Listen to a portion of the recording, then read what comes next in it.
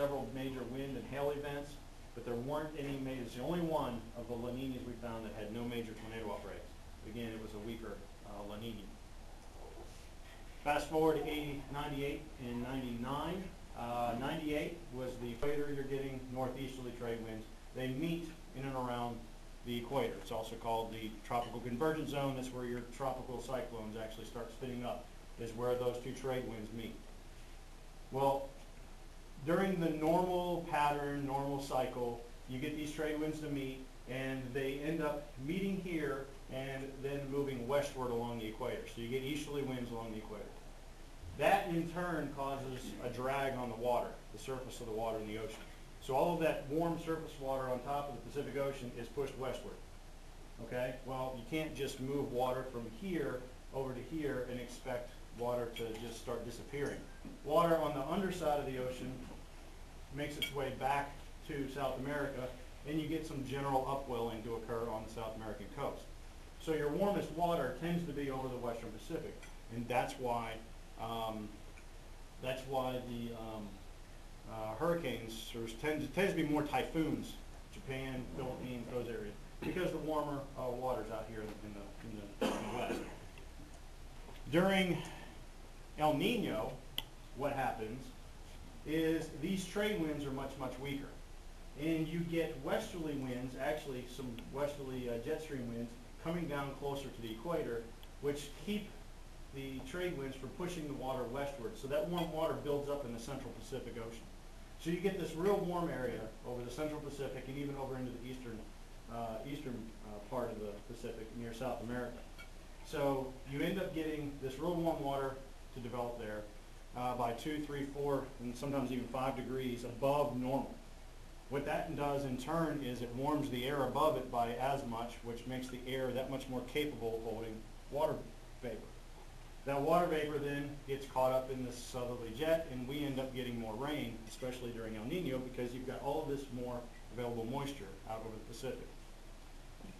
During La Nina, which is what we're in, complete opposite. Very, very strong trade winds, very, very weak westerly winds to oppose it. And you get very strong currents blowing westward across the Pacific.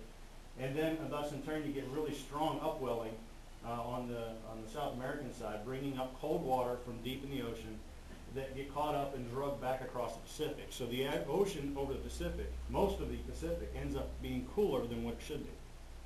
That cooler water, you cool an entire ocean, is going to have an impact on our winds and the overall jet stream pattern. And that's what we're seeing this past winter and during El Nino. Here is the actual temperatures in the Pacific over the last 2 or 3 months.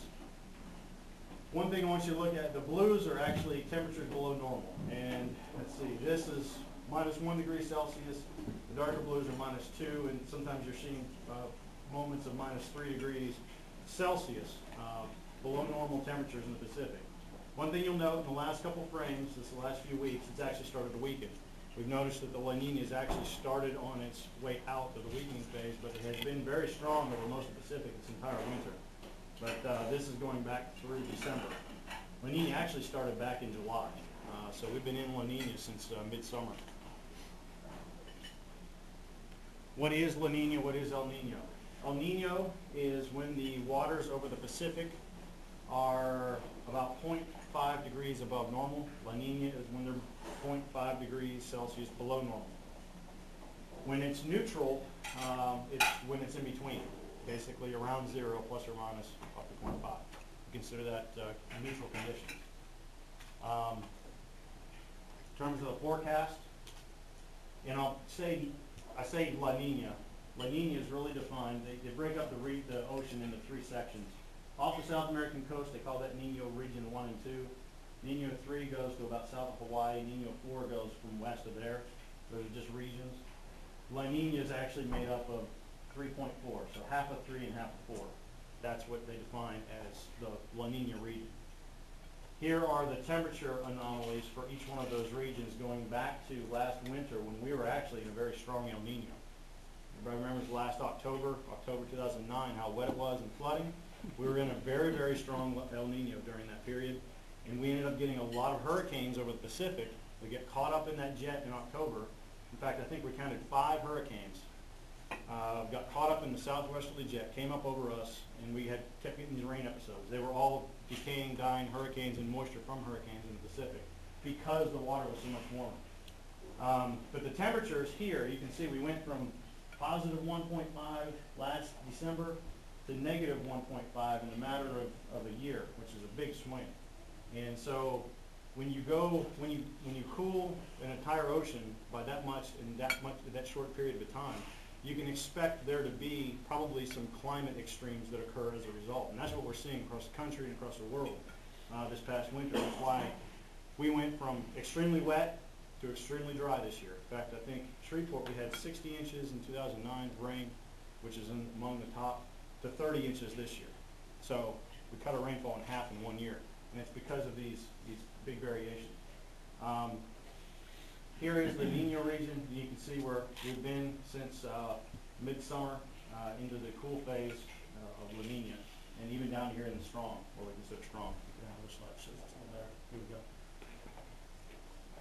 Here we are down here back in December, what we consider strong La Nina, minus 1.5. The computer models actually forecast us to come out of La Nina somewhat up into, say, a weak to moderate by summer, but not really getting out of La Nina all the way into the summer season. What that means for us in terms of hurricanes is that we can probably expect another active hurricane season. Last year, even though we didn't get really impacted by it, was the 3rd most active hurricane season. We just escaped it because none of them hit the U.S. With La Nina, we would expect the same thing.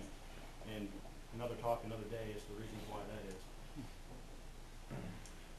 Getting into the reason I'm here and to talk about what La Nina means for us. We first want to look at when La Nina has occurred in the past. In 1950 to 1970, 1970 to 90, and then the last 20 years here. And you can see it's been ebb and flow constantly back and forth. And what I want you to look at are some of these periods here where La Nina, going back to, say, 1973, we've had primarily 1, 2, 3, small one, 4, 5, and 6. So in 40 years, we've had 6 La Ninas to really look at. Some of these El Ninos are more famous. You guys remember early 80s. We had some in the mid-80s. We had the one last October. You can find a lot of your big flood events during these warm phases for the reasons I talked earlier. Here they are listed instead of graphically, some of the stronger La Ninas and the stronger El Ninos in the years. This is just the more listed in the intensity, the maximum intensity on those. We were at 1.5, so we're actually as strong as we were back in the late 90s, 2000. You got to go back into the 80s and then the 70s to find some that were similar to the one we just went through. What does El Nino do? What does La Nina do? As a result of cooling and warming an entire ocean body, obviously there's going to be effects. During El Nino, our part of the country is wetter and actually cooler during the winter months. We're cooler because we're cloudier. That's why we're cooler. During La Nina, we're actually drier and warmer, typically. December was our driest December ever around here. So the dry part is coming to fruition. It looks like we escaped with a near normal January. February, it's going to be like this the rest of the way, so we're going to end up being drier than normal in February, and then we'll see how March and April go. But for the most part, drier and warmer. Now, I'll get into what we just went through with the cold in a minute, but one thing we see during La Nina is more climate extremes. Very warm to very cold, back to very warm. And it averages out to be above normal because the cold periods last a few days, but there's just less of them, and then we're generally warmer than normal over the most part. But what El Nino and La Nina do to the jet stream, during La Nina, we get this jet stream to go up into Alaska and then dive down over the United States. If you picture this as the dividing line between Arctic air and tropical air, what do you think that Arctic air is doing? It's diving down into the United States north of this jet stream and into the East Coast. That's where we got hammered this past winter. Because this jet stream, because La Nina was so much more extreme, was so much more vertical, colder air even from Siberia to come over the top and all the way down into the East Coast. That's why we're so cold. Because take this and exaggerate it even more so, and you can bring the Arctic air down with it. During El Nino, we get less of that and more of a southwesterly jet coming in off of Hawaii, bringing in that warm, moist air up and over us. So this is the differences that that cooler and warmer ocean water makes to the actual jet stream, which in turn has an impact on our weather. Closer look at it, again, during El Nino, take this jet stream and exaggerate it, and that's what we saw this past winter. But generally speaking, we're south of this jet stream. With this jet stream coming down so far, it doesn't allow the Gulf moisture and everything to open up. It doesn't allow anything to come in off the Pacific, and that's why we tend to be drier and warmer during La Nina. Some of our bad fire seasons actually occurred during La Nina. Now, this was issued back in December. This was the winter temperature outlook. And one thing they did not take into consideration was how extreme this year was. And they ended up, this entire half of the country, this was for December through February, entire eastern half of the country has been colder than normal. So their forecast was wrong because they did not take into account not only El Nino and La Nina, there's also another circulation in the North Atlantic called the NAO, North Atlantic Oscillation. It was more negative than they've ever measured it. In fact, some of the measurements they took over Greenland in the atmosphere were so far above anything they'd ever measured before that they didn't know how the models would actually handle it because the models had never seen any numbers like that before. So that was in turn responsible for why Europe was so cold and why the East Coast was so cold early in the season back in December. But nonetheless, that had an impact, and so the eastern half of the country was actually colder than normal. Southwest, they ended up being warmer than normal. So this warmer area was actually squished back down here. So they were too expansive on this. And this colder area took up most of the eastern half of the country. That was the temperature. Precip, not too bad. This was their forecast for December through February. This looks exactly like their forecast through May for us. We are in the area between, sandwiched between wetter than normal over the Ohio Valley and drier than normal on the Gulf Coast. So call that equal chance, call it 50-50. We could go either way. This probably means we're going to be somewhere near normal. I'm going to bet and say we're going to end up probably being near to maybe slightly below normal rainfall through the rest of the spring. Just looking at the trends and the way things are working. But either way, you could go either way with this. Sometimes in years, this area is extended southwestward and we end up slightly wetter than normal. Sometimes it's a little bit further north and we end up slightly drier than normal.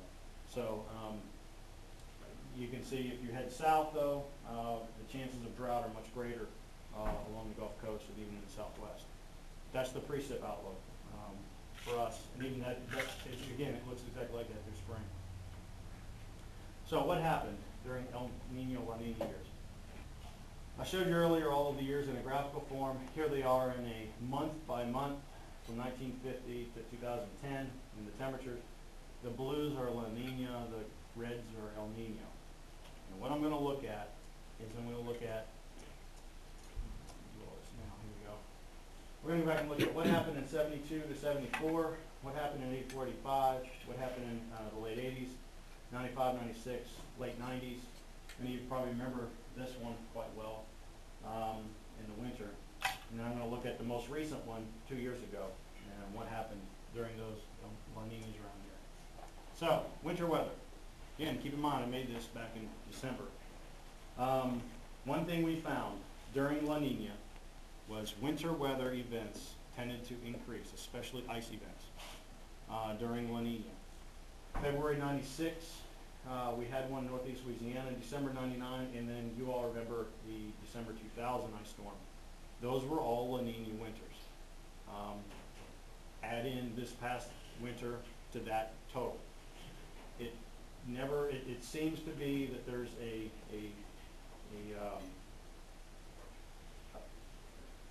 tendency to favor ice during La Nina winters. And going back to that jet stream I just showed you, when you dip the jet stream like that, you allow cold Arctic air to come further south. All you have to do is change that pattern just slightly, and all of a sudden you get cold Arctic air in here, and you bring a little bit of moisture in, and you get ice. And so I think that's what's happening is the jet stream allowed all of that cold Arctic air to filter down here, and then the jet stream pattern changed just enough that it allowed the moisture to come in over top of that cold air at the surface, and we ended up getting ice. And that's what happened then, and that's what's happening this past winter we saw. But back in 73 through 75, I wrote down a lot of some of the big events that occurred and listed them here. And here is your La Nina. This was actually one of those rare 2+ year La Ninas that lasted for more than a year. And what we found were numerous tornado outbreaks, even all the way through winter into spring. In fact, in 74, April of 74, anybody remember hearing or reading about the Palm Sunday tornado outbreak? Okay, it's the biggest tornado outbreak in U.S. history. Occurred in April of 74, Palm Sunday. And it's the one that actually defined a lot of what we do. It changed the way the Weather Service actually functions. It changed the way we look at tornadoes, and we actually warn on them. A lot of our warning systems came into place because of that tornado outbreak. That occurred in a La Nina spring. So remember that as I move forward through this. We also had a very cold period with an ice storm in early 74, and we had a big snowstorm in January of 75 in our region. Both winter events, both occurring during La Nina. 84, 85, it was a weaker La Nina period, so I wouldn't consider it a strong one, but we did have a snow event in February, and we had two significant tornado events in April of that month, or of that year. One in northeast Louisiana, just south of here, and then one in northwest Louisiana, which included several F3s. And F3s or F2s and greater are what we consider to be violent tornadoes. Those are the real killers of the F2s and greaters, because those are the ones that actually start removing roofs off of homes and take mobile homes and twist them up into trees once you get into those wind speeds. Lower than that, it's more tree damage, and the injuries, fatalities, and potential risk comes from tree damage when you get down into the F0s and F1s. So the F2s and greater we consider violent tornadoes.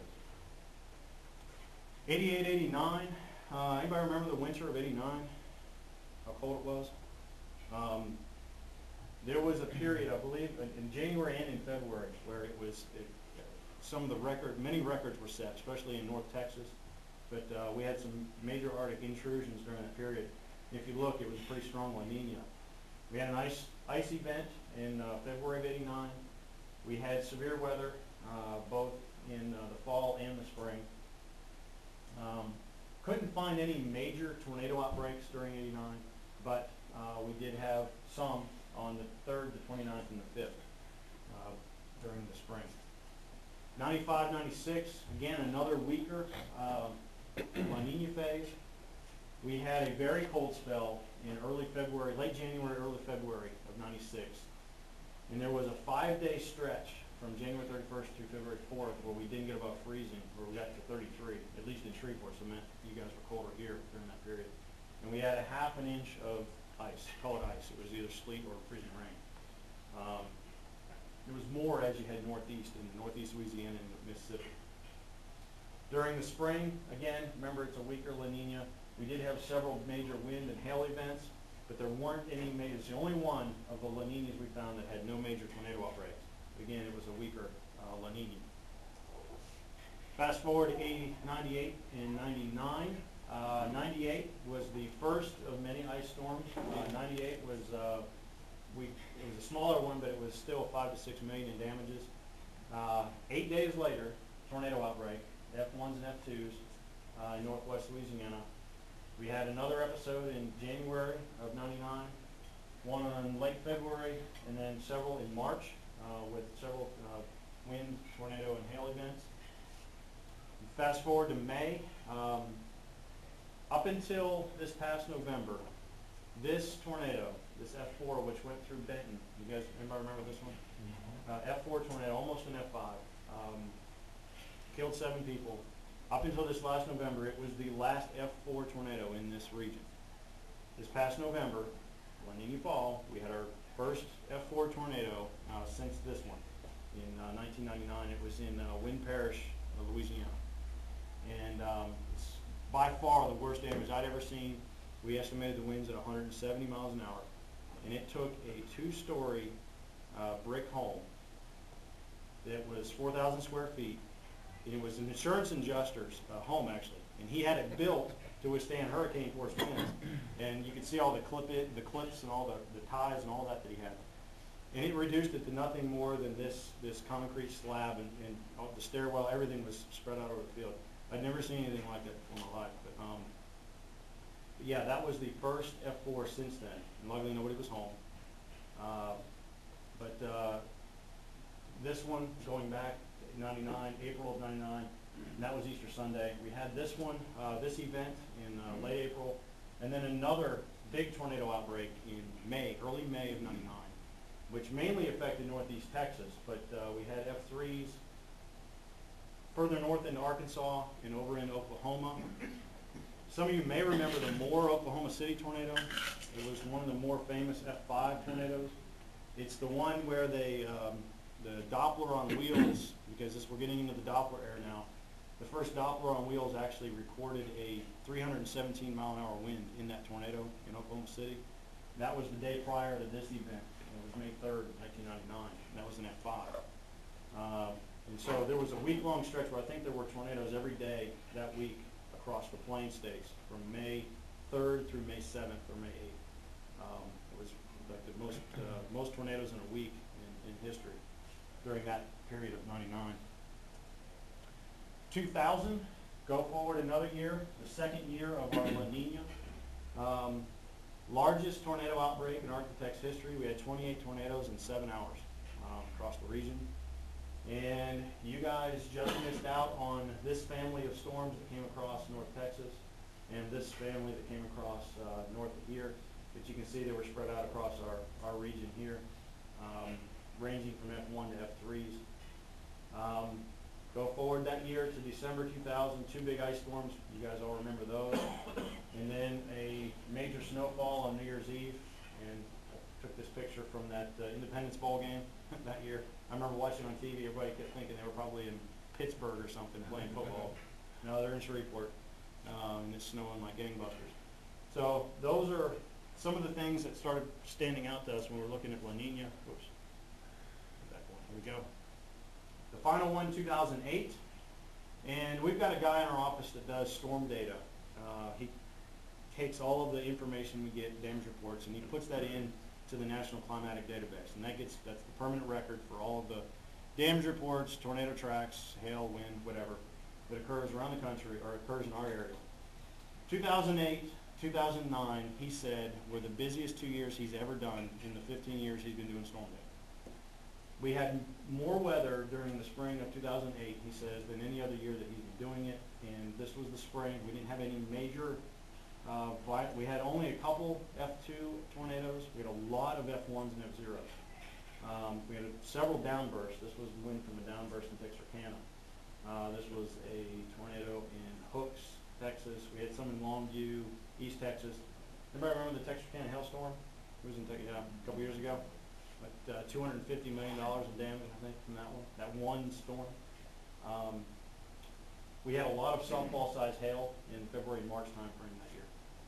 More so than any years that I've been here, in the 4 years I've been here. April and May,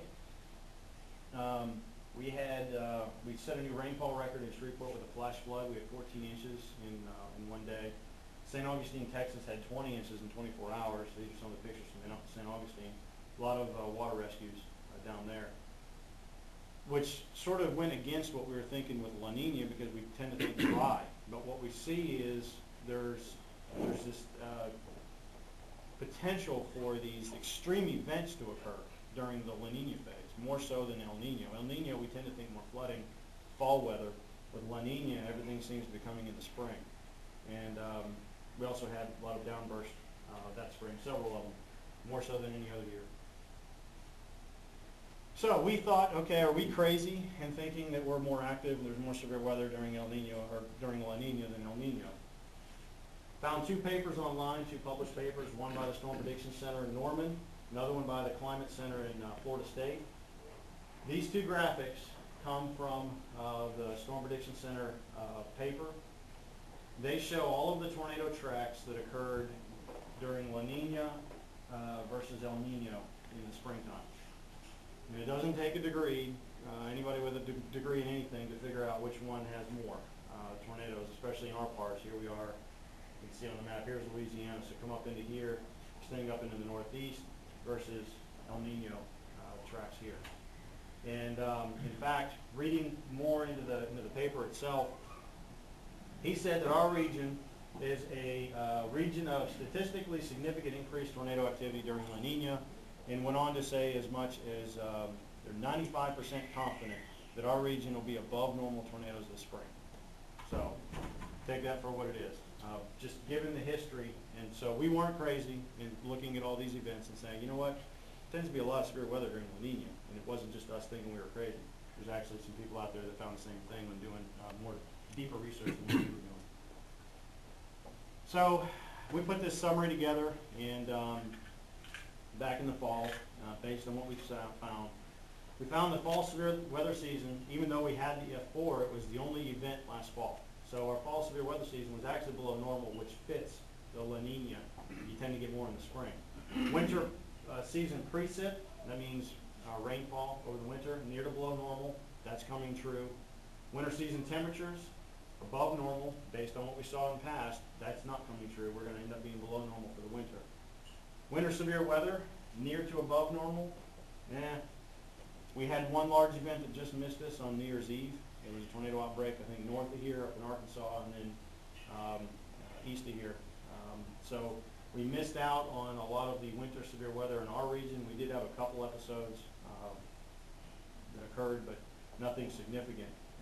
Now, winter weather, snowfall near normal, ice events above normal. That has come true. In fact, Texarkana, it's their second snowiest winter ever. So they were an inch away from their all-time snowiest winter. You guys were a little bit less than them over here, but I know up in Little River County and Howard County over in the northeast Texas, those guys got hit with a lot of snow events, and they got hit hard several times with 6-8 inch events. Spring severe weather, based on what I told you, I'd expect an above normal season, starting sometime in March and then going hard and heavy through April into May. One thing that we wanted to look at, because, okay, all of the El Ninos and La Ninas tend to show warmer than normal winters. Well, how can we have all of these ice and snow events if we're telling you that's going to be above normal? And it goes back to that gigantic variation in swings in the weather pattern that we were seeing. So we went and looked at all of the times in which the Shreveport temperature, because we've got a longer record going back to 1872, stayed less than 35 degrees for several days. Because we noticed that when we start to get at 3, 4, 5 days at or below freezing, that's when we tend to have our pipe freezing problem, and water pressure and all of those things go along with it. And what stood out to us was, here's the number of consecutive days that we stayed below this temperature. And in blue, red, and white are La Nina, neutral, and El Nino. There's 18 of them on here. 9 of them were La Nina. So half the time that those the events occurred were La Nina. There's what, 1, 2, 3, 4, 5 El Nino. So more chance of seeing these long duration cold spells during La Nina, even though we're going to be more than likely above normal for the winter, is what this is telling me. So that means your swings in temperature are going to be much greater during La Nina, from extreme warm to extreme cold. We're seeing it now. We went from near record lows a week ago to near record highs this week, and that seems to be the telltale story for La Nina. Another way to look at this, to prove that it's actually over the long term colder or warmer than normal. Any of y'all heard of heating degree days? It's an index the energy industry uses to try and compute how much energy they're going to need to heat homes during the winter, since heating takes more energy than cooling. Okay, so and I'll describe a heating degree day. If the high temperature today was 60 and the low was 40, the average temperature today is 50. The heating degree days is the number of degrees away from 60 degrees. So if your average is 50, to get to 60, I need 10 degrees. So today's heating degree days would be 10. okay? If you add that up from November through March, you would need an average of 406 heating degree days from 1972 to 2010. During the La Nina years, this is the average for all of the years. During La Nina, so if your number is less than this, that means it was warmer than normal, you didn't need as many heating degree days. During La Nina, we were less than this number, less than the average, all but 1 year, 95, 96, which is a weak El Nino, or weak La Nina. Just to show that all of those La Nina winters, even the one here in 2000 where we had the big ice storms, we were well below the winter average during that winter. So that meant that we were warmer than normal for that winter. Just to show that La Nina does does favor warmer winters, even though it does favor ice storms during those years.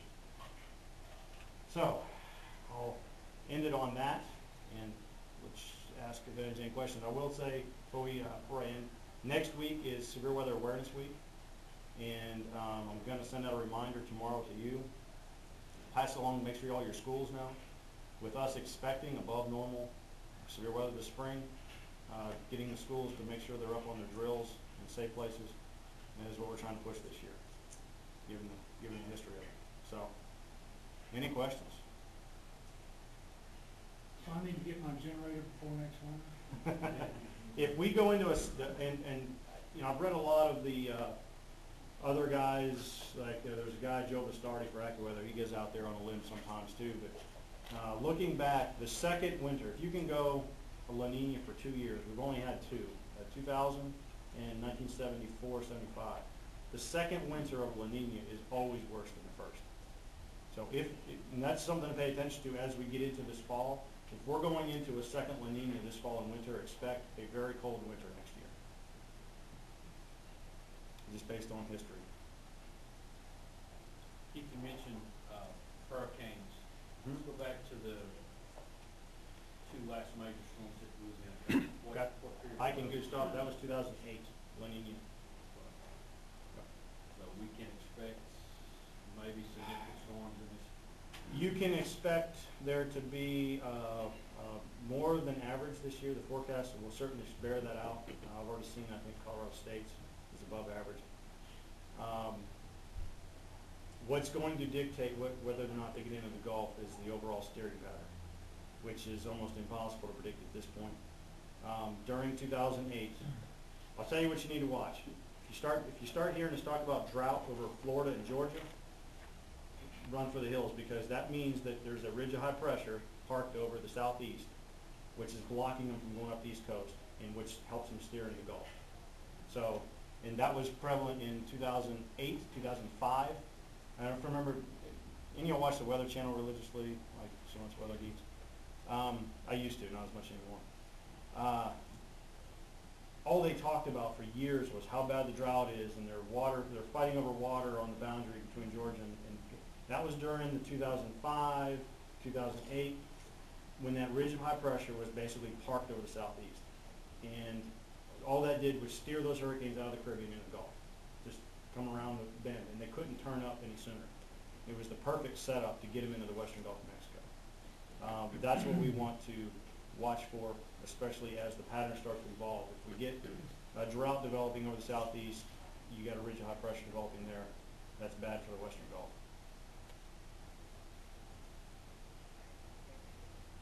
How soon do you start forecasting which way it's going to go? You just look at buoys, water temperatures, or how do y'all do No, that? they start looking at trade winds. Are trade winds increasing? They start looking at, well, it starts with trade winds. So, and trying to model those. So, for example, you were just talking about for next year. When would you start predicting what's going to happen? When would you start looking for what's going to happen next fall? They Or will when will you start start putting seeing something that? out this late spring on what they're seeing, because there is a lag time to all of this. So, you know, you've got several months from the time they start seeing something to something actually beginning to happen in the Pacific, because it takes so long to turn the ocean over like that. There's usually about a 3-month lag time. Yeah, so they'll start putting something out in April, May, June on what they're expecting the fall to be. And it's not perfect. I will say this last El Nino that came on back when we had all the flooding last fall, or 2 falls ago,